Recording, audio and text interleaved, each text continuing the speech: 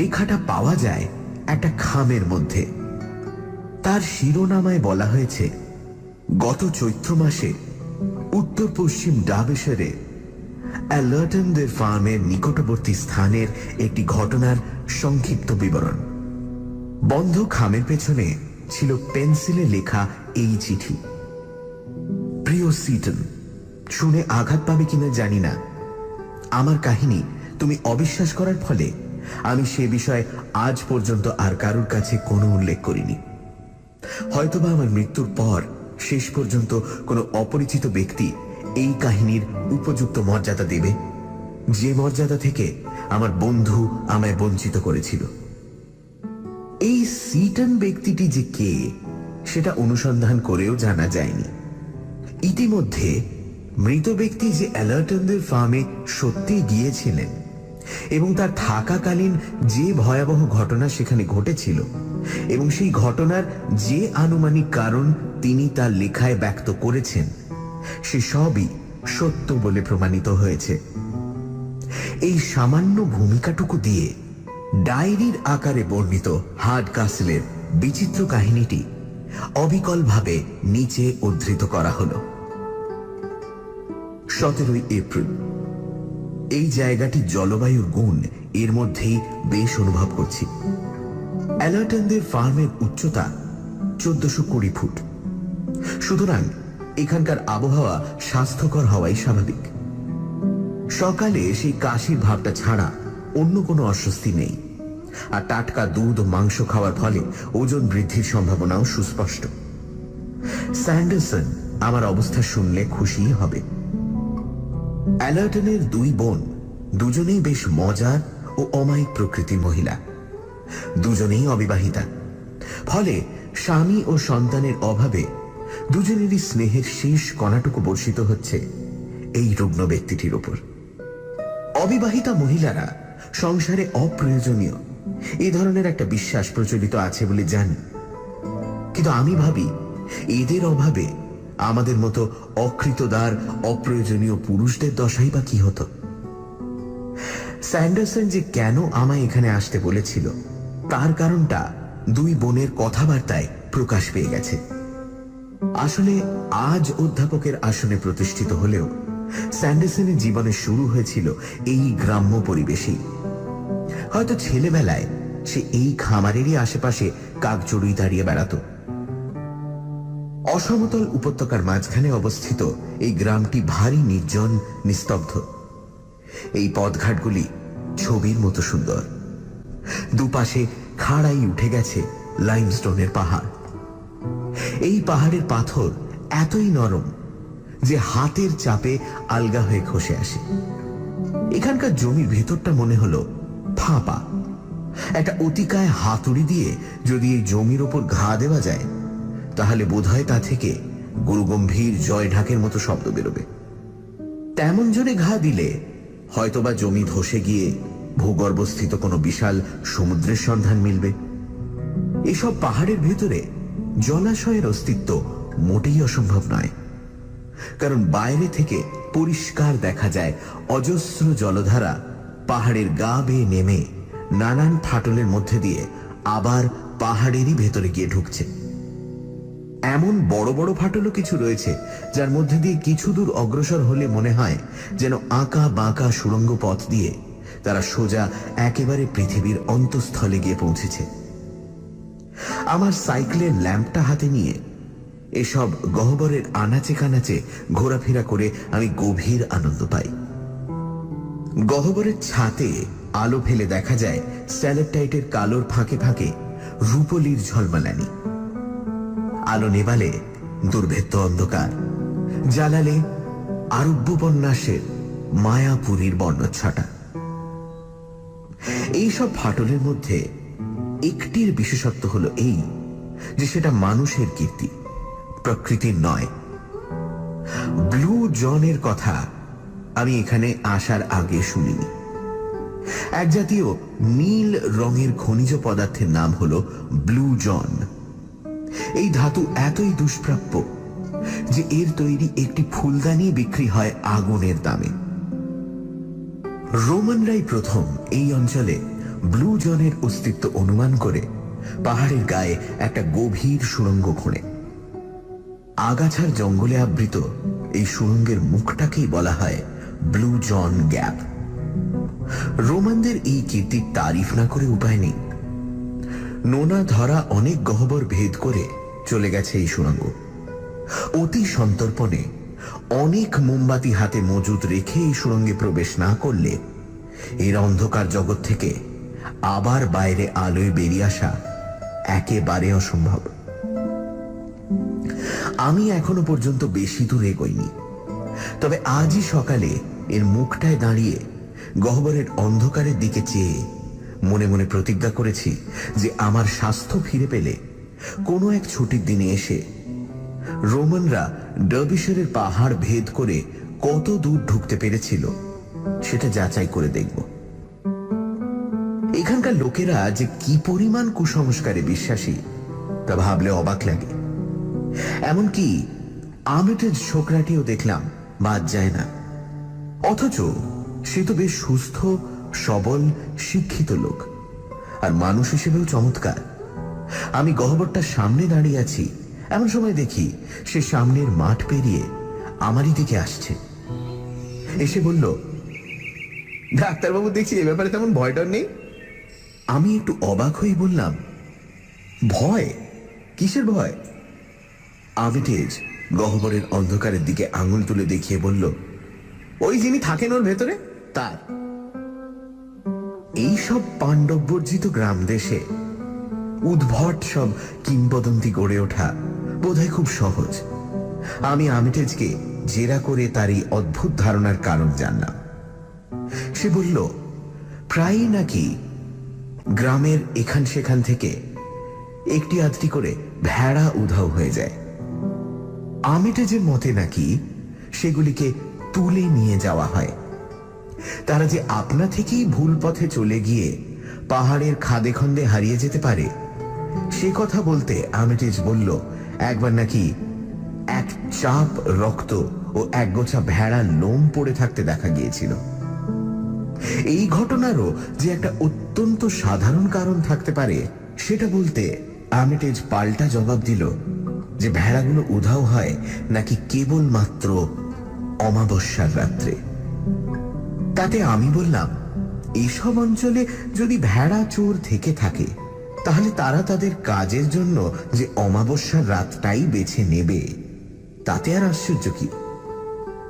জবাবে আর্মিটেজ বলল, একবার নাকি দেখা গিয়েছিল গ্রামের একটি পাঁচিলের গা থেকে কে জানি বড় বড় পাথরের ইট সরিয়ে সেগুলোকে বহু দূর ছড়িয়ে ফেলে রেখে এসেছে। আমার মতে এ কাজও অবশ্যই মানুষের অসাধ্য নয়, কিন্তু সব শেষে আর্মিটেজ একটা তুরুপ মেরে বসল। সে বলল, সে নাকি এই অদৃশ্য প্রাণীটির গর্জন শুনতে পেয়েছে। গহ্বরের মুখে এক টানা কিছুক্ষণ দাঁড়িয়ে থাকলেই নাকি সে শব্দ শুনতে পাওয়া যায়, আর বহু দূর থেকে এলেও সে শব্দের জোর নাকি সহজেই অনুমান করা যায়। কথাটা শুনে আমি না হেসে পারলাম না। আমি জানতাম যে পাহাড়ের ভেতর যদি জল চলাচল করে তাহলে লাইমস্টোনের ফাঁকে ফাঁকে সেই জলপ্রবাহের শব্দ প্রতিধ্বনিত হয়ে বাইরে থেকে গর্জনের মতো শোনানো কিছুই আশ্চর্য নয়। এভাবে বারবার তার কথার প্রতিবাদ করায় আর্মিটেজ শেষ পর্যন্ত বিরক্ত হয়ে আমায় ছেড়ে চলে গেল। আর তার পর মুহূর্তেই ঘটল এক আশ্চর্য ঘটনা। আমি গহ্বরের মুখটায় দাঁড়িয়ে আর্মিটেজের কথাগুলো কত সহজে হেসে উড়িয়ে দেওয়া গেল তাই ভাবছি। এমন সময় সত্যি গহ্বরের ভেতর থেকে এলো এক অদ্ভুত শব্দ। সে শব্দের সঠিক বর্ণনা দেব কি করে? প্রথমত শুনে মনে হলো সেটা আসছে বহু দূর থেকে, যেন পৃথিবীর একেবারে গভীরে অবস্থিত কোনো জায়গা থেকে। কিন্তু দূর থেকে এলেও শব্দটা রীতিমতো জোরে। জলধারা বা পাথর গড়িয়ে পড়া থেকে যে শব্দ হয় এটা সে জাতের নয়। এই যেন এক তীব্র তীক্ষ্ণ রেশাধ্বনির মতো। এই আশ্চর্য অভিজ্ঞতার ফলে কিছুক্ষণের জন্য আর্মিটেজের কথাগুলো আমাকে নতুন করে ভাবিয়ে তুলল। আমি আরো প্রায় ঘন্টাখানেক গহ্বরের মুখে দাঁড়িয়ে রইলাম, কিন্তু দ্বিতীয়বার আর সে শব্দ শোনা গেল না। বাড়ি ফিরলাম মনে গভীর বিস্ময়ের ভাব নিয়ে। আর্মিটেজের কথায় আমল দেবার কোনো প্রশ্নই ওঠে না, কিন্তু এটা অস্বীকার করা চলে না যে যে শব্দটা আমি নিজের কানে শুনেছি সেটা ভারী অদ্ভুত। এখনো লিখতে লিখতে যেন কানে সেই শব্দটা শুনতে পাচ্ছি। সানডে সাসপেন্স, শুধুমাত্র রেডিও মির্চি। 20 এপ্রিল। গত 3 দিনে আমি বার কয়েক ব্লু জন গ্যাপের দিকে গিয়েছি, এমনকি সুড়ঙ্গের ভেতরেও কিছু দূর অগ্রসর হয়েছি, কিন্তু আমার ল্যাম্পের আলো যথেষ্ট জোরালো না হওয়ায় বেশি দূর যেতে সাহস পাইনি। এবারে আরো 8 ঘাট বেঁধে যেতে হবে। শব্দটা আর দ্বিতীয়বার শোনার সৌভাগ্য হয়নি। একবার মনে হয়েছে যে প্রথমবারের শোনাটা হয়তো আমার আর্মিটেজের সঙ্গে কথাবার্তার ফলে আমার কল্পনা প্রসূত। সমস্ত ব্যাপারটাই যে আজগুবি সেই বিষয়ে কোনো সন্দেহ নেই, যদিও এটা না বলে পারছি না যে গ্যাপের মুখে ঝোপঝাড়ের অবস্থা দেখে এক সময় মনে হয়েছে যে কোনো অতিকায় জীব হয়তো তার মধ্যে দিয়ে পথ করে নিয়ে যাতায়াত করছে। মোট কথা, আমার মনে একটা তীব্র কৌতূহল জেগে উঠেছে। অ্যালার্টনদের আমি এখনো কিছু বলিনি, ওরাও কুসংস্কার থেকে মুক্ত নন, কিন্তু আমি নিজে আরো অনুসন্ধান করব, আর তার জন্য কিছু মোমবাতিও কিনে রেখেছি। আজ সকালে গ্যাপের কাছাকাছি ঝোপের আশেপাশে কিছু ভেড়ার লোম পড়ে থাকতে দেখলাম। একটা লোমের গোছায় দেখি রক্ত লেগে রয়েছে। বেশ বুঝতে পারি যে পাথুরে জায়গায় চড়ে বেড়ালে ভেড়াগুলো আপনা থেকেই জখম হতে পারে, কিন্তু তাও হঠাৎ ওই লালের ছোপ চোখে পড়াতে কেমন জানি চমকে উঠলাম। রোমানদের কারুকার্যে শোভিত গহ্বরের ওই প্রবেশদ্বার মনের মধ্যে একটা অজানা আতঙ্কের সঞ্চার করল। গহ্বরের অন্ধকারের ভেতর থেকে যেন আদ্যিকালের একটা ভ্যাপসা গন্ধ আসছে। সত্যি কি কোনো নাম না জানা প্রাণী ওই অন্ধকারের মধ্যে বাস করে? সুস্থ অবস্থায় হয়তো এসব চিন্তা মাথায় আসতো না।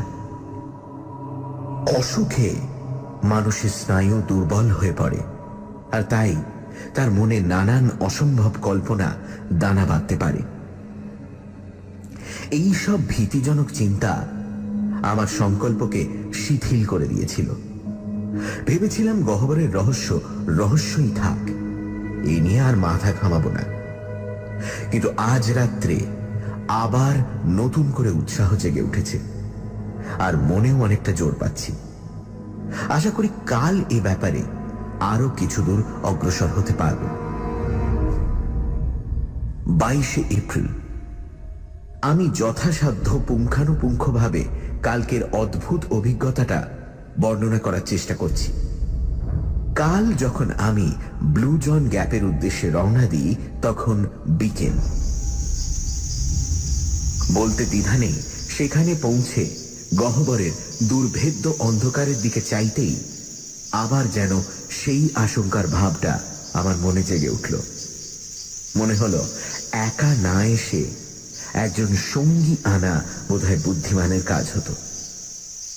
যাই হোক, শেষ পর্যন্ত মনে সাহস ফিরিয়ে এনে মোমবাতি জেলে কাঁটা ঝোপের জঙ্গল ভেদ করে গহ্বরের ভেতর ঢুকলাম। আলগা পাথরে ঢাকা জমির উপর দিয়ে প্রায় 50 ফুট নামার পর একটা রাস্তা পেলাম, যেটা একেবারে পাহাড় ভেদ করে সোজা সামনের দিকে চলে গেছে। যদিও আমি জিওলজিস্ট নই, তবু এটুকু বুঝতে পারলাম যে এই পাথর লাইমস্টোনের চেয়ে অনেক বেশি শক্ত জাতের কোনো পাথর, কারণ এর গায়ে প্রাচীন শাবলের দাগ রয়েছে। দেখলে মনে হয় যেন এই সবে মাত্র খোঁড়া হয়েছে। আমি কোনো মতে হোঁচট খেতে খেতে এই প্রাচীন পাথরের সুড়ঙ্গের মধ্যে দিয়ে এগিয়ে চললাম। আমার হাতের মোমবাতি আমাকে ঘিরে একটা ক্ষুদ্র আলোর গণ্ডি রচনা করেছে। তার ফলে সামনের অন্ধকারটা যেন আরো দুর্ভেদ্য ও ভয়াবহ রূপ ধারণ করেছে। অবশেষে সুড়ঙ্গের শেষ মাথায় পৌঁছে দেখি সেটা গিয়ে পড়েছে একটা বিশাল নোনা ধরা পাথরের গহ্বরে, যার ছাদ দিয়ে ঝুলে আছে চুন ঢাকা অসংখ্য লম্বা লম্বা আইসিকল।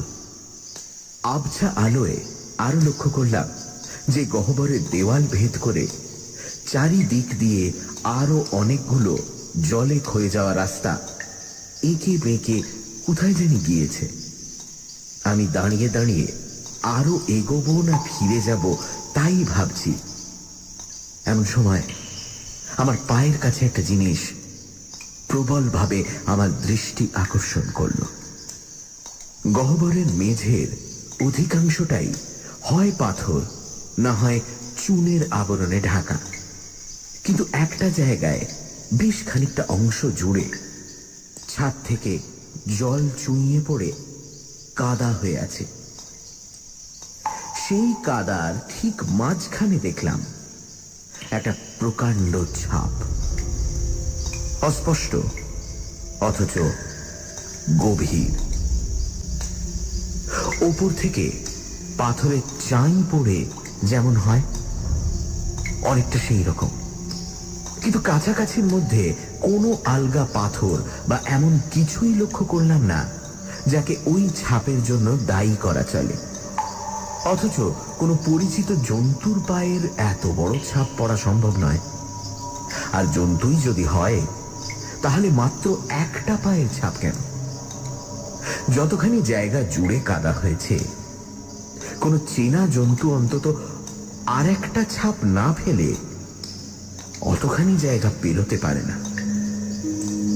যাই হোক, আমি ওই আশ্চর্য ছাপটা পরীক্ষা করে উঠে দাঁড়িয়ে চারিদিকে অন্ধকারের দিকে চেয়ে বুঝতে পারলাম আমার বুকের ভেতরে একটা দুরু দুরু কাঁপুনি শুরু হয়েছে।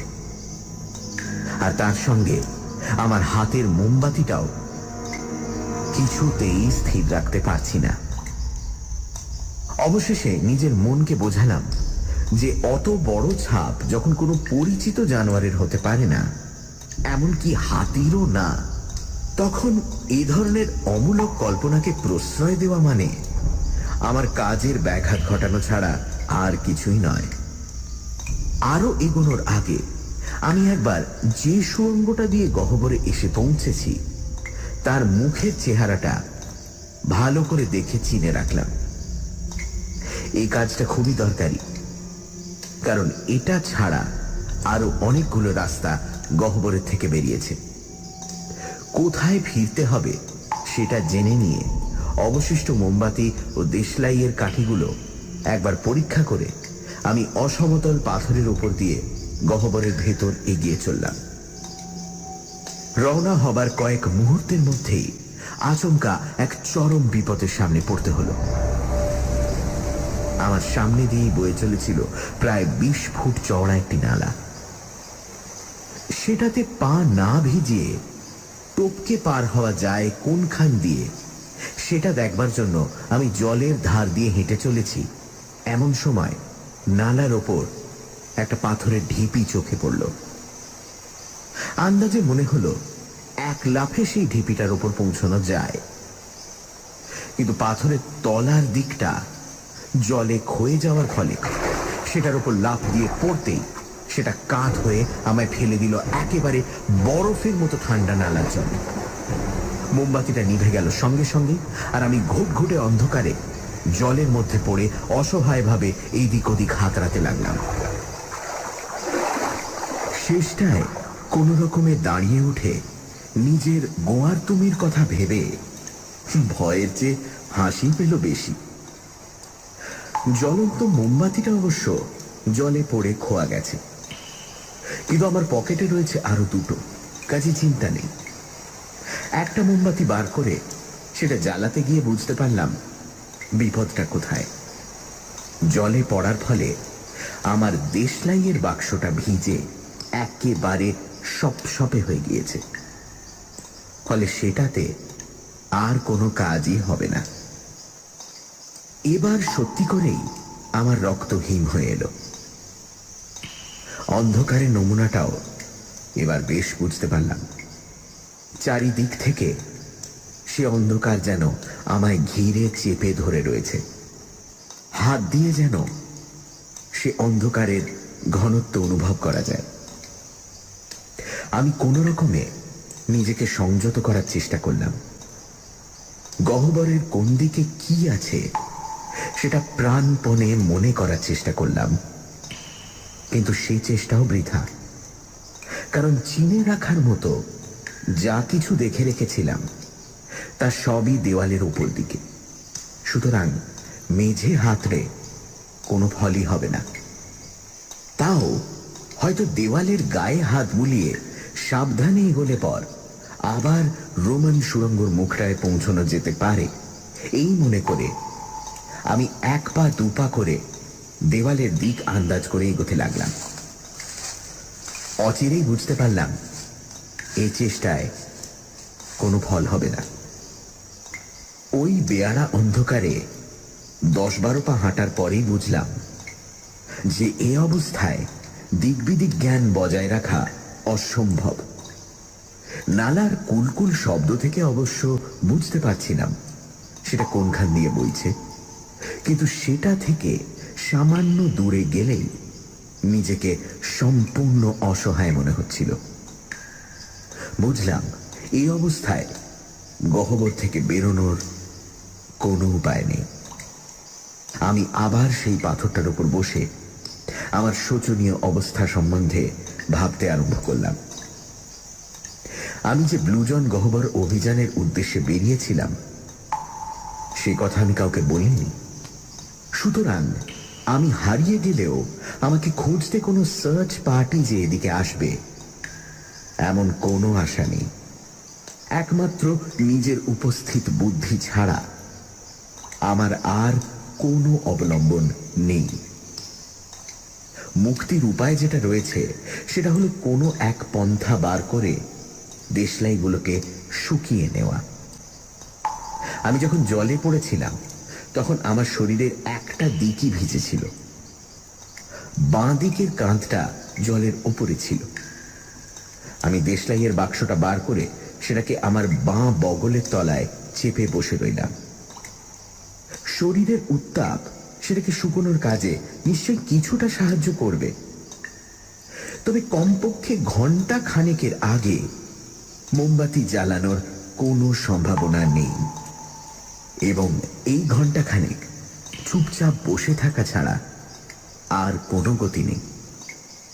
আসবার সময় কিছু বিস্কুট পকেটে পুরে এনেছিলাম, তারই একটা মুখে পুরে চিবোতে লাগলাম।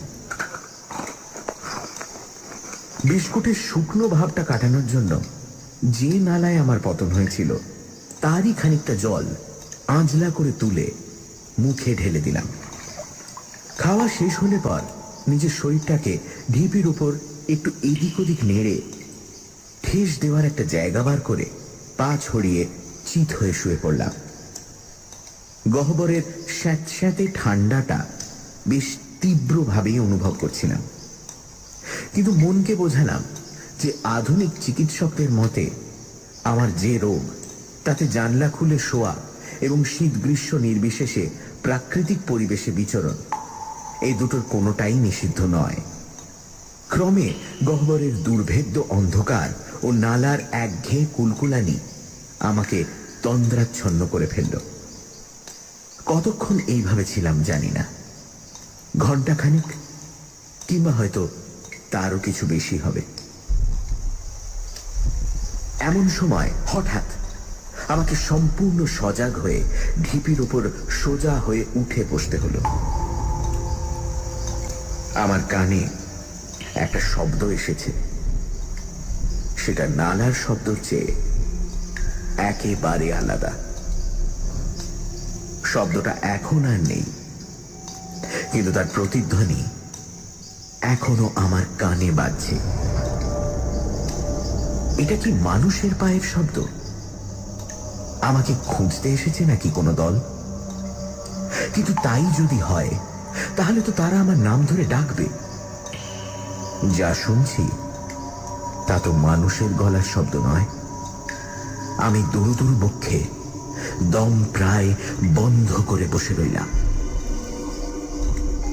ওই যে আবার সেই শব্দ, ওই আবার। এবার আর থামা নেই, এক টানা শব্দ আসছে, কোন জানোয়ারের পদক্ষেপের শব্দ। তুম তুম তুম তুম। কি বিশাল এই পদধ্বনি! জানোয়ারটি যে আয়তনে বিরাট, তাতে কোনো সন্দেহ নেই, কিন্তু মনে হয় পায়ের তেলোগুলো নরম হওয়ার ফলে শব্দটা খানিকটা চাপা। এই অন্ধকারেও সেই পদক্ষেপে বিন্দু মাত্র ইতস্তত ভাব নেই, আর এতেও কোনো সন্দেহ নেই যে সেটা আমার দিকেই আসছে। পায়ের আওয়াজ শুনতে শুনতে আমার গায়ের রক্ত হিম হয়ে এলো। কোন অজ্ঞাত প্রাণী অন্ধকারের বাধা অগ্রাহ্য করে এগিয়ে আসছে।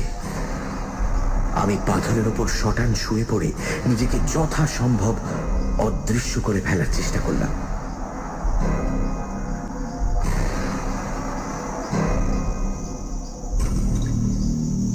শব্দটা এগিয়ে আসতে আসতে হঠাৎ থেমে গেল। তারপর শুরু হলো একটা সপাত সপাত আওয়াজ।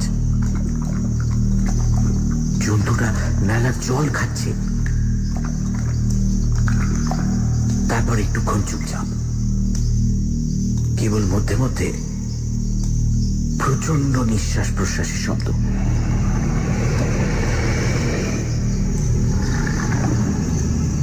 ও নাক টেনে গন্ধ শোকার শব্দ।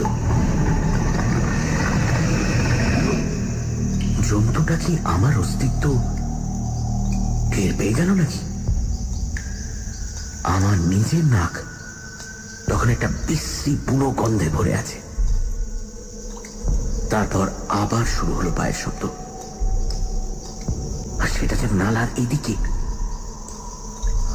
আমার কাছেই। আমার হাত কয়েকের মধ্যে আলগা পাথর খড়বড় করে উঠল। আমি নিঃশ্বাস বন্ধ করে পাথরের উপর ঘাপটি মেরে বসে রইলাম।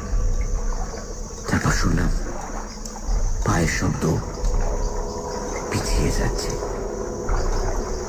জলের ছপছপানি শুনে বুঝলাম জন্তুটা নালা পেরিয়ে উল্টো দিকে চলে যাচ্ছে। ক্রমে যেদিক দিয়ে শব্দটা এসেছিল সেই দিকেই আবার সেটা মিলিয়ে গেল। আমি বেশ কিছুক্ষণ পাথরের উপর পড়ে রইলাম। ভয়ে নড়বার শক্তি ছিল না। শব্দটার কথা বারবার মনে পড়তে লাগলো, আর আর্মিটেজের আতঙ্কের কথা, আর নরম কাদার উপর সেই বিরাট পায়ের ছাপের কথা। এখন আর কোনো সন্দেহ নেই যে এই পাহাড়ের এই গহ্বরে কোনো এক নাম না জানা ভয়াবহ অতিকায় প্রাণী বাস করছে। সেটা যে কেমন দেখতে তা এখনো অনুমান করতে পারিনি, তবে এটুকু জানি যে সেটা আয়তনে বিরাট এবং আশ্চর্য দ্রুত গতি। সাধারণ বুদ্ধিতে বলে এমন জানোয়ার অসম্ভব, কিন্তু আমার আজকের অভিজ্ঞতা এর বিপরীত সাক্ষ্য দিচ্ছে। এই দুইয়ের দ্বন্দ্ব আমার মনকে অস্থির করে তুলল। অবশেষে মনকে বোঝালাম যে আমি নিশ্চয়ই স্বপ্ন দেখেছি। আমার রুগ্ন অবস্থায় আমার মনে এক কাল্পনিক বিভীষিকার সৃষ্টি করেছে। কিন্তু এবার যে ঘটনাটা ঘটল তাতে আমার মনে আর সন্দেহের কোনো কারণই রইল না। আমার দেশলাই এতক্ষণে শুকিয়েছে মনে করে আমি বগল থেকে সেটা বার করে একটা কাঠি নিয়ে পরীক্ষা করে দেখলাম। গহ্বরের ফাটলে হাত ঢুকিয়ে বাক্সের গায়ে কাঠি ঘষতেই সেটা ফস করে জ্বলে উঠল। মোমবাতি জ্বালিয়ে যেদিকে জানোয়ারটা গিয়েছিল সেদিকে একবার ভয়ে ভয়ে দেখে নিয়ে রোমান সুড়ঙ্গের দিকে রওনা দিলাম। যাবার পথে জমির নরম অংশটাতে চোখ পড়তেই দেখলাম আগের ছাপের মতো আরো 3টে টাটকা ছাপ সেখানে পড়েছে, সেই রকমই গভীর আর সেই রকমই বিরাট। এই দৃশ্যে আবার নতুন করে যেন ভয়ে আমার হৃৎকম্প শুরু হলো। আমি মোমবাতির শিখাটাকে হাত দিয়ে আড়াল করে প্রাণপণে সুড়ঙ্গ পথ দিয়ে দৌড়ে এগিয়ে এক নিঃশ্বাসে দরজার মুখ দিয়ে বেরিয়ে কাঁটা ঝোপ ভেদ করে হাঁপাতে হাঁপাতে বাইরে ঘাসের উপর গিয়ে হুমড়ি খেয়ে পড়লাম। মাথার উপর আকাশে তখন অজস্র তারা ঝলমল করছে। বাড়িতে পৌঁছলাম রাত 3টে। আজ এখনো পর্যন্ত আমার স্নায়ুর রন্ধ্রে রন্ধ্রে আতঙ্ক ও উত্তেজনার শিহরণ রয়েছে, কিন্তু এখনো আমি কাউকে কিছু বলিনি। এই ব্যাপারে খুব সাবধানে এগোতে হবে। এখানকার সরল গ্রাম্য অধিবাসীরা বা নিরীহ অ্যালার্টন পরিবার আমার এই ঘটনা শুনলে কি মনে করবে জানি না। আমার এখন এমন কারোর কাছে যাওয়া উচিত যাকে ঘটনাটা বললে সে একটা উপায় বাতলাতে পারবে। সানডে সাসপেন্স, শুধুমাত্র রেডিও মির্চি 90। 25শে এপ্রিল। গহ্বরের অভিজ্ঞতার পর 2 দিন আমি শয্যাশায়ী ছিলাম। গত কদিনের মধ্যে আমার এমন আরেকটা অভিজ্ঞতা হয়েছে যাতে অন্যটার চেয়ে কিছু কম ধাক্কা খাইনি। আগেই বলেছি আমি এমন একজনের অনুসন্ধান করছিলাম যে আমাকে কিছুটা পরামর্শ দিতে পারবে। এখান থেকে কয়েক মাইল দূরে মার্ক জনসন বলে এক ডাক্তার থাকেন। প্রফেসর স্যান্ডারসন এই ডাক্তারটির সঙ্গে পরিচয় করিয়ে একটি চিঠি আমাকে দিয়ে দিয়েছিলেন। আমি একটু সুস্থ হয়ে ভদ্রলোকের সঙ্গে দেখা করে তাঁকে ঘটনাটা খুলে বললাম। তিনি মনোযোগ সহকারে সবকিছু শোনার পর আমার স্নায়বিক প্রতিক্রিয়া ও আমার চোখের মনি খুব ভালো করে পরীক্ষা করে দেখলেন। দেখা শেষ হলে পর তিনি কোনো আলোচনার দিকে না গিয়ে সোজাসুজি বললেন যে আমার ব্যাপারটা সম্পূর্ণ তার আওতার বাইরে, তবে কাসলটনে মিস্টার পিকটন বলে এক ভদ্রলোক থাকেন, তার সঙ্গে দেখা করে আমার ঘটনাটা তাকে আদ্যোপান্ত জানানো দরকার। তিনি নাকি একমাত্র ব্যক্তি যিনি আমাকে এই ব্যাপারে সাহায্য করতে পারেন। অগত্যা স্টেশন থেকে 10 মাইল দূরে একটা ছোট্ট শহরে গিয়ে হাজির হতে হলো। শহরের এক প্রান্তে একটা সম্ভ্রান্ত অট্টালিকার সামনে গেটের গায়ে পেতলের ফলকে পিকটনের নাম দেখে বুঝলাম তিনি এখানকার একজন গণ্যমান্য ব্যক্তি। দরজার বেলটা টেপার সময় মনে কেমন জানি একটা খটকা লাগলো। কাছাকাছি একটা দোকানে গিয়ে মালিককে পিকটন সাহেব সম্বন্ধে জিজ্ঞেস করায় তিনি একগাল হেসে বললেন, সে কি জানেন না, উনি যে এ তল্লাটে সবচেয়ে নাম করা মাথার ব্যামোর ডাক্তার, ওই তো ওর পাগলা গারদ। বলা বাহুল্য আমি আর এক মুহূর্ত সেখানে না থেকে সোজা আমার গ্রামে ফিরে এলাম। চুলোয় যাক এসব পণ্ডিত লোক, এরা যেন এদের জ্ঞানের সংকীর্ণ গণ্ডির বাইরে কোনো কিছুই স্বীকার করতে চান না। অবশ্যই এখন ঠান্ডা মাথায় বুঝতে পারছি যে আমি আর্মিটেজের সঙ্গে যে ব্যবহার করেছি, জনসনও আমার সঙ্গে ঠিক সেই একই ব্যবহার করেছেন। 27 এপ্রিল। ছাত্রাবস্থায় সাহস ও উদ্যমের জন্য আমার বেশ খ্যাতি ছিল। একবার কোল্ড ব্রিজের এক হানাবাড়িতে রাত কাটাবার কথা উঠলে আমি প্রথম এগিয়ে গিয়েছিলাম। এখন আমার বয়স 35। তাহলে কি বয়স বাড়ার ফলেই আমার সাহস কমেছে, নাকি আমার রোগী এর কারণ? গহ্বর ও তার অধিবাসীর কথা ভাবলে এখনো আমার মনে আতঙ্ক উপস্থিত হয়। এই অবস্থায় কি করা যায়, এই প্রশ্ন প্রতি মুহূর্তেই আমাকে ভাবিয়ে তুলছে। কাউকে কিছু না বলে যদি চুপচাপ বসে থাকি, তাহলে হয়তো গহ্বরের রহস্য চিরকাল রহস্যই থেকে যাবে। আবার যদি সকলের কাছে সবকিছু প্রকাশ করে ফেলি, তাহলে হয়তো সারা গ্রাম জুড়ে একেবারে আতঙ্কের বন্যা বয়ে যাবে। আর না হয়তো এরা আমাকে পাগল ভেবে সেই গারদেই চালান দেবে।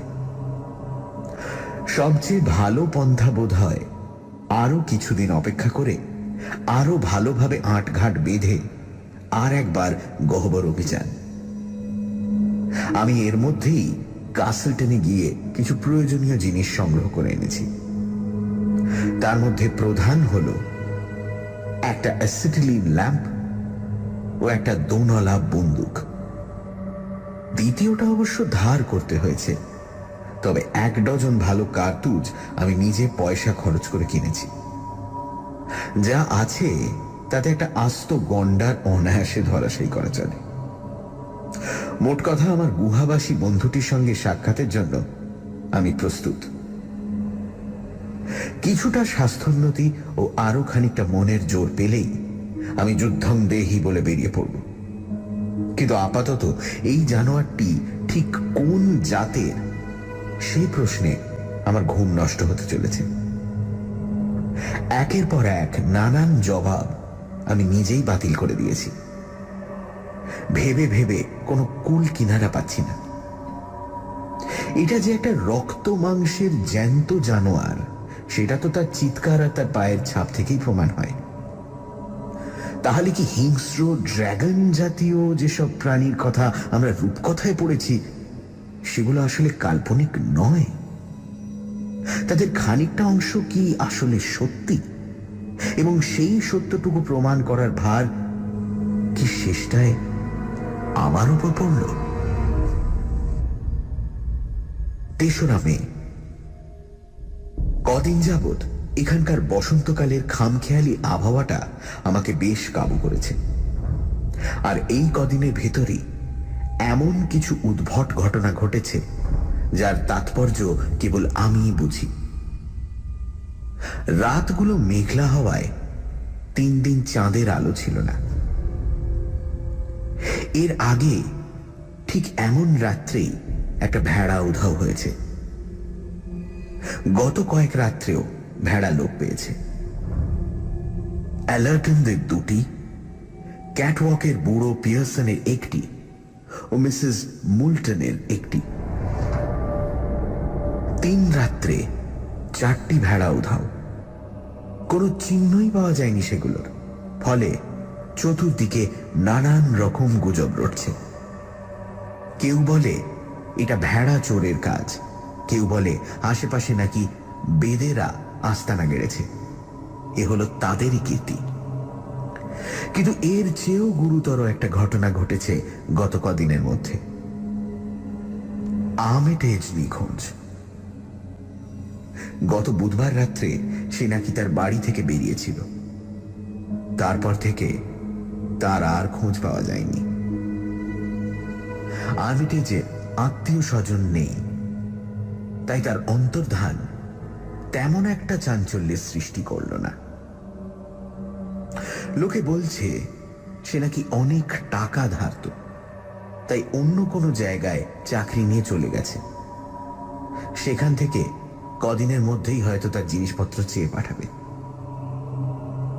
আমার নিজের কিন্তু অন্যরকম আশঙ্কা হচ্ছে। আমার বিশ্বাস ভেড়া চুরির ব্যাপারটার কোন একটা বিহিত করতে গিয়েই সে প্রাণ হারিয়েছে। হয়তো সে ওই অজ্ঞাত জীবটির অপেক্ষায় ওত পেতে বসেছিল, আর সেটা উল্টে তাকেই আক্রমণ করে তার গহ্বরের ডেরায় নিয়ে গিয়ে ফেলেছে। বিংশ শতাব্দীতে ইংল্যান্ডের মতো সভ্য দেশে এ ধরনের ঘটনা ভাবতেও অবাক লাগে, যদিও আমার মতে এটা মোটেই অসম্ভব নয়। আর সত্যি যদি তাই হয়, তাহলে কি আমার এই ব্যাপারে একটা দায়িত্ব নেই?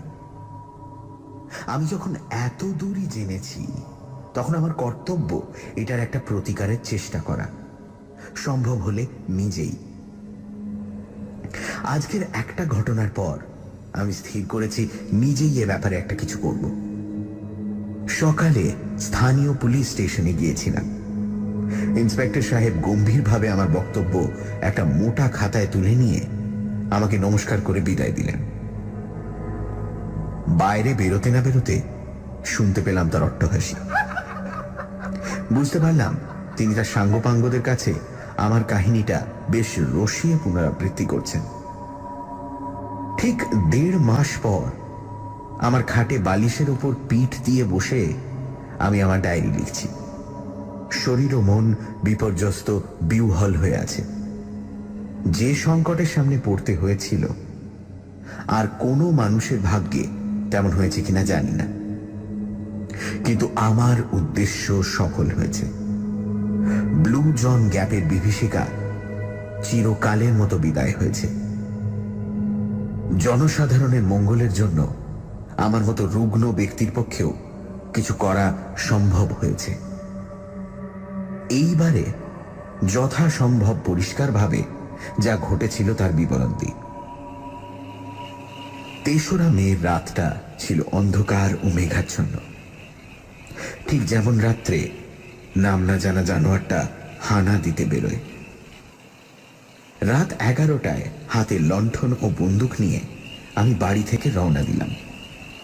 যাওয়ার আগে টেবিলের ওপর একটা কাগজে লিখে রেখে গেলাম যে আমি যদি না ফিরি, তাহলে যেন ব্লু জন গ্যাপের আশেপাশে আমার অনুসন্ধান করা হয়। রোমান সুড়ঙ্গের মুখটাতে পৌঁছে কাছাকাছি একটা পাথরের ঢিপি বেছে নিয়ে লণ্ঠনের ঢাকনাটা বন্ধ করে হাতে বন্দুক নিয়ে ঢিপিটার উপর ঘাপটি মেরে বসে রইলাম। এই বসে থাকার যেন আর শেষ নেই। উপত্যকার চারিদিকে টিমটিম করছে কৃষকদের বাড়ির বাতিগুলি। দূর থেকে ঘন্টায় ঘন্টায় ভেসে আসছে চ্যাপেল লিডেল গির্জার ঘড়ির ঢং ঢং শব্দ।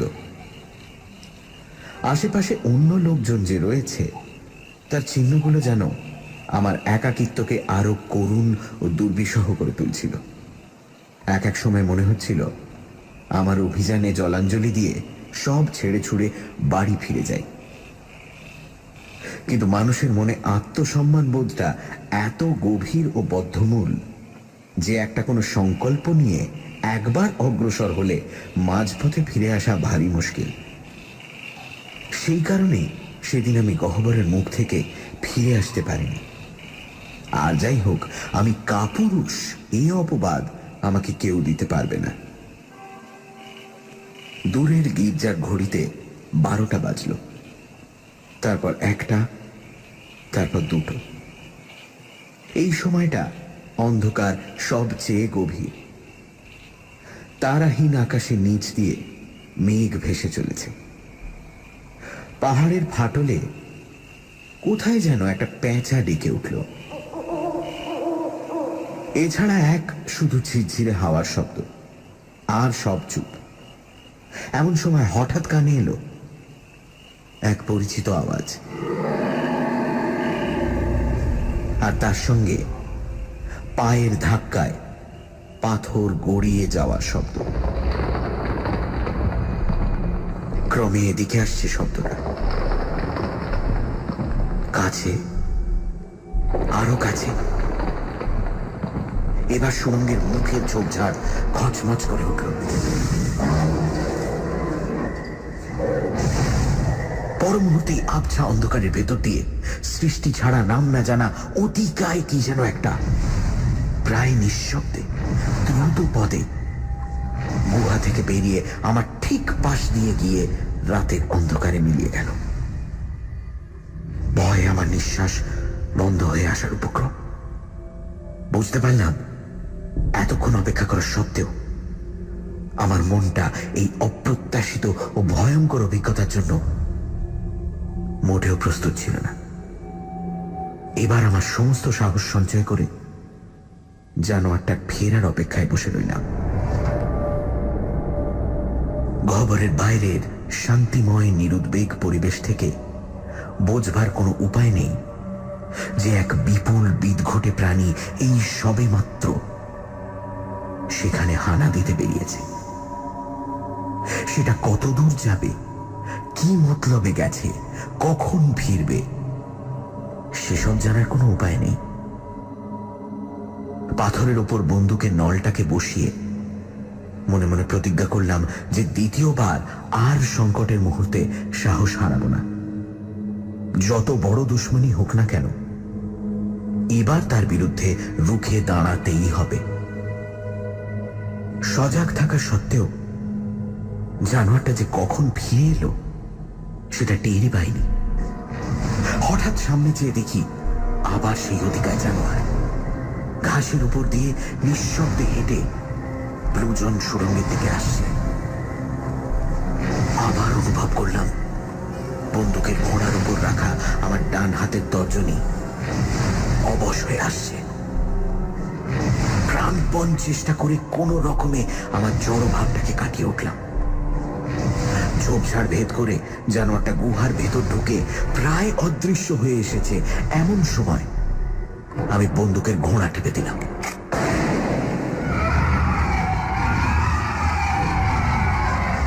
বারুদের ঝলসানিতে মুহূর্তের জন্য দেখতে পেলাম একটা প্রকাণ্ড লোমশ ছাই রঙের জানোয়ার নিচের দিকের রংটা ফিকে হয়ে এসেছে। বেঁটে বেঁটে বাঁকানো পায়ের উপর তার আলিশান শরীরটাকে এগিয়ে নিয়ে চলেছে। এক ঝলকের দেখা, আর তারপরেই শুনলাম খড়বড় শব্দ। আলগা পাথরের উপর দিয়ে নেমে জানোয়ারটা চলেছে তার গর্তের দিকে। আমার মাথায় হঠাৎ ঘুম চাপল। ভয় ডর সব দূর করে দিয়ে এক লাফে পাথরের উপর থেকে নেমে বন্দুক ও লণ্ঠন হাতে সুড়ঙ্গের ভিতর দিয়ে ছুটে চললাম জানোয়ারটার উদ্দেশ্যে। আমার লণ্ঠনের উজ্জ্বল রশ্মি সামনের অন্ধকার ভেদ করে চলেছে। এসেই 2 সপ্তাহ আগের টিমটিমে মোমবাতির আলো নয়। কিছুটা পথ দৌড়ানোর পরই জানোয়ারটাকে দেখতে পেলাম সুড়ঙ্গের এপাশ ওপাশ জুড়ে থপথপিয়ে এগিয়ে চলেছে। তার পায়ের লম্বা ও রুক্ষ লোম চলার সঙ্গে সঙ্গে দুলছে। লোম দেখে যদিও ভেড়ার কথা মনে হয়, আয়তনে জানোয়ারটা সবচেয়ে বড় হাতির চেয়েও বেশ খানিকটা বড়, আর যত লম্বা ততই যেন চওড়া। পাহাড়ের সুড়ঙ্গের ভেতর দিয়ে এই বিরাট বিভৎস জানোয়ারের পেছনে ধাওয়া করার সাহস আমি কোথা থেকে পেলাম জানি না। আদিম শিকারের নেশা যখন মানুষকে পেয়ে বসে, আর সেই শিকার যদি চোখের সামনে পালায়, তাহলে মানুষ যেন দিক বিদিক জ্ঞান শূন্য হয়ে তার পেছনে ছোটে। দোনলা বন্দুক হাতে তাই আমি ছুটে চলেছি এই দানবের পেছনে। জানোয়ারটা যে রীতিমতো দ্রুত গতি সেটা আমি আগে লক্ষ্য করেছিলাম। এবার বুঝলাম যে তার আরেকটি মারাত্মক গুণ আছে, সেটা হলো শয়তানি বুদ্ধি। হাবভাব দেখে মনে হয়েছিল সে বুঝি প্রাণের ভয় পালাচ্ছে।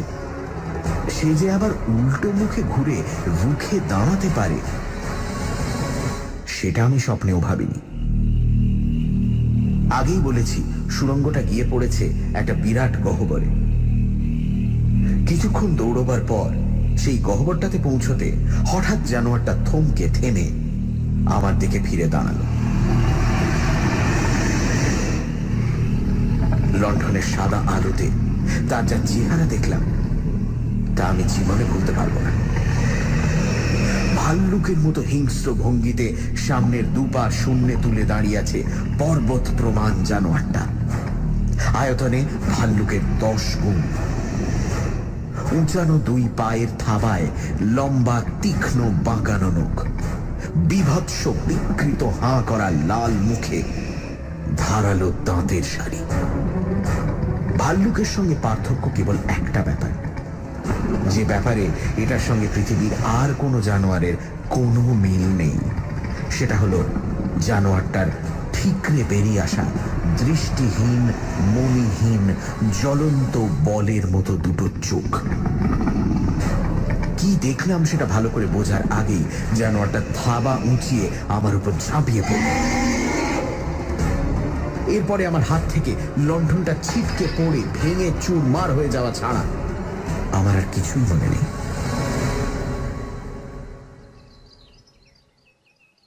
যখন জ্ঞান হলো তখন দেখি আমি অ্যালার্টনদের বাড়িতে আমার খাটের উপর শুয়ে আছি।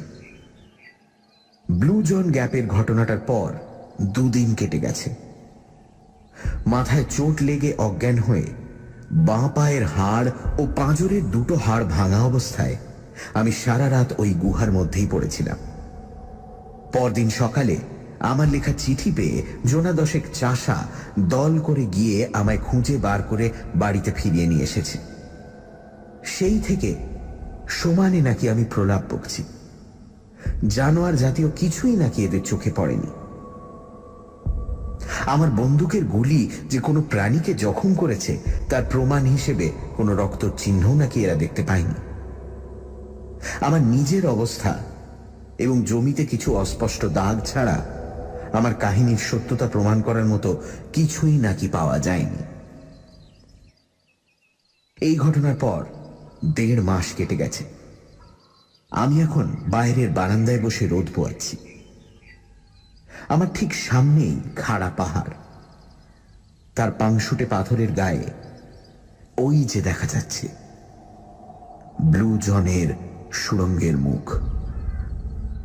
কিন্তু ওটা আর আমার মনে ভীতি সঞ্চার করে না।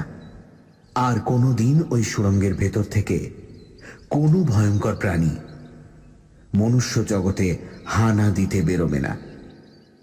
বিজ্ঞানবিদ অথবা বিদ্যাদিগ্গজ অনেক সম্ভ্রান্ত বাবুরা হয়তো আমার কাহিনীকে হেসে উড়িয়ে দেবেন, কিন্তু এখানকার দরিদ্র সরল গ্রামবাসীরা আমার কথা এক মুহূর্তের জন্য অবিশ্বাস করেনি। এই সম্পর্কে কাসলটন কুরিয়ার পত্রিকার মন্তব্য তুলে দিলাম। আমাদের পত্রিকার অথবা ম্যাকলক, বাক্সটন ইত্যাদি অঞ্চলে যেসব পত্রিকার সংবাদদাতা উক্ত ঘটনার তদন্ত করিতে আসিয়াছেন তাহাদের কাহারও পক্ষে গহ্বরে প্রবেশ করিয়া ডাক্তার জেমস হার্ড কাসেলের বিচিত্র কাহিনীর সত্য মিথ্যা বিচার করিবার কোনো উপায় ছিল না। উক্ত ঘটনা সম্পর্কে কি করণীয় তা স্থানীয় অধিবাসীগণ নিজেরাই স্থির করিয়া প্রত্যেকেই গুহার প্রবেশদ্বারটি প্রস্তর দ্বারা বন্ধ করিতে তৎপর হইয়াছিল। গহ্বরের সম্মুখস্থ ঢালু রাস্তা দিয়া বৃহৎ বৃহৎ প্রস্তরখণ্ড গড়াইয়া লইয়া সুড়ঙ্গ দ্বারটি তাহারা সম্পূর্ণ বন্ধ করিয়া দিতে সক্ষম হইয়াছে। এই চাঞ্চল্যকর ঘটনাটির পরিসমাপ্তি ঘটে এইভাবেই। স্থানীয় বাসিন্দাগণ ঘটনাটি সম্পর্কে বিভিন্ন মত পোষণ করেন। কেউ কেউ বলেন রুগ্ন অবস্থায় ডক্টর হার্ড কাসেলের মস্তিষ্ক বিকৃতি ও তজ্জনিত উদ্ভট কল্পনাদির কারণ। ইহাদের মতে কোনো ভ্রান্ত অথচ দৃঢ় বিশ্বাস তাহাকে গহ্বরে প্রবেশ করিতে বাধ্য করিয়াছিল এবং গহ্বরের প্রস্তরভূমিতে পদস্খলন হেতু তিনি আহত হইয়াছিলেন। গহ্বরের ভিতর যে এক অদ্ভুত জীব বাস করে এরূপ একটা জনপ্রবাদ বহুকাল হইতে এই অঞ্চলে প্রচলিত আছে। স্থানীয় কৃষক দিগের বিশ্বাস যে ডক্টর হার্ড কাসেলের বিবরণ ও তাহার দেহের ক্ষত এই প্রবাদকে বাস্তবে পরিণত করিয়াছে। উক্ত ঘটনা সম্পর্কে ইহার অধিক কিছু মন্তব্য করা সম্ভব নয়। বৈজ্ঞানিক ভিত্তিতে ইহার সমর্থন আদৌ সম্ভবপর বলিয়া আমরা মনে করি না। কুরিয়ার পত্রিকা এই মন্তব্যটি প্রকাশ করার আগে একবার আমার সঙ্গে আলাপ করলে বুদ্ধিমানের কাজ করত।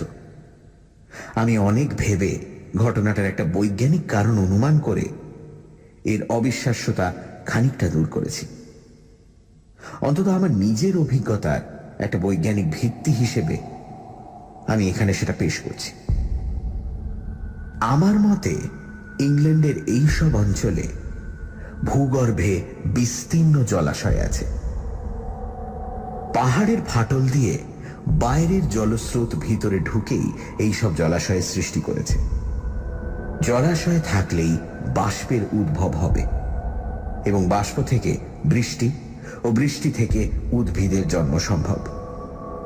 পৃথিবীর আদি যুগে হয়তো এই ভূগর্ভ জগতের সঙ্গে বাইরের জগতের একটা যোগাযোগ ছিল, এবং সেই অবস্থায় হয়তো বাইরের জগতের গাছপালার কিছু বীজ ও তার সঙ্গে কোনো কোনো প্রাগৈতিহাসিক প্রাণী এই ভূগর্ভ জগতে এসে পড়েছিল। এই সব প্রাণীদেরই একটির বংশধর হয়তো এই জানোয়ার, যাকে দেখে মনে হয় আদিম ভাল্লুকের এক বর্ধিত সংস্করণ। লক্ষ লক্ষ বছর ধরে হয়তো এই ভূগর্ভ জগৎ আমাদের পরিচিত জগতের পাশাপাশি একই সঙ্গে অবস্থান করেছে। রোমান সুড়ঙ্গটি খোঁড়ার সময় হয়তো এই ভূগর্ভ জগতের কোনো প্রাণী বাইরের জগতের সন্ধান পায়।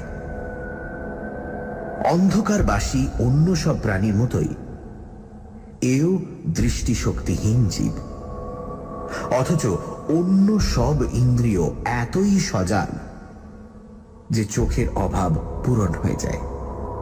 না হলে সে ভেড়ার সন্ধান পায় কি করে? এরা যে কেবল অন্ধকার রাত্রে চলাফেরা করে তার কারণ বোধ হয় মনির অভাবে আলো সহ্য হয় না। আমার লণ্ঠনই হয়তো চরম সংকটের মুহূর্তে আমার প্রাণ রক্ষা করেছিল, অন্তত আমার তাই বিশ্বাস। এসব তথ্য আমি লিখে গেলাম আপনাদের বিবেচনার জন্য। একে সমর্থন করা সম্ভব কিনা তা আপনারা বিচার করে দেখবেন। যদি মনে হয় সবটাই অবিশ্বাস্য, তাহলেও আমার কিছু বলার নেই। মূল ঘটনা আপনাদের বিশ্বাস অবিশ্বাসের অনেক ঊর্ধ্বে। আর আমার ব্যক্তিগত মতামতের প্রশ্ন যদি তোলেন, তাহলে বলবো যে তারও আর বিশেষ কোনো মূল্য নেই, কারণ আমার কাজ ফুরিয়ে এলো।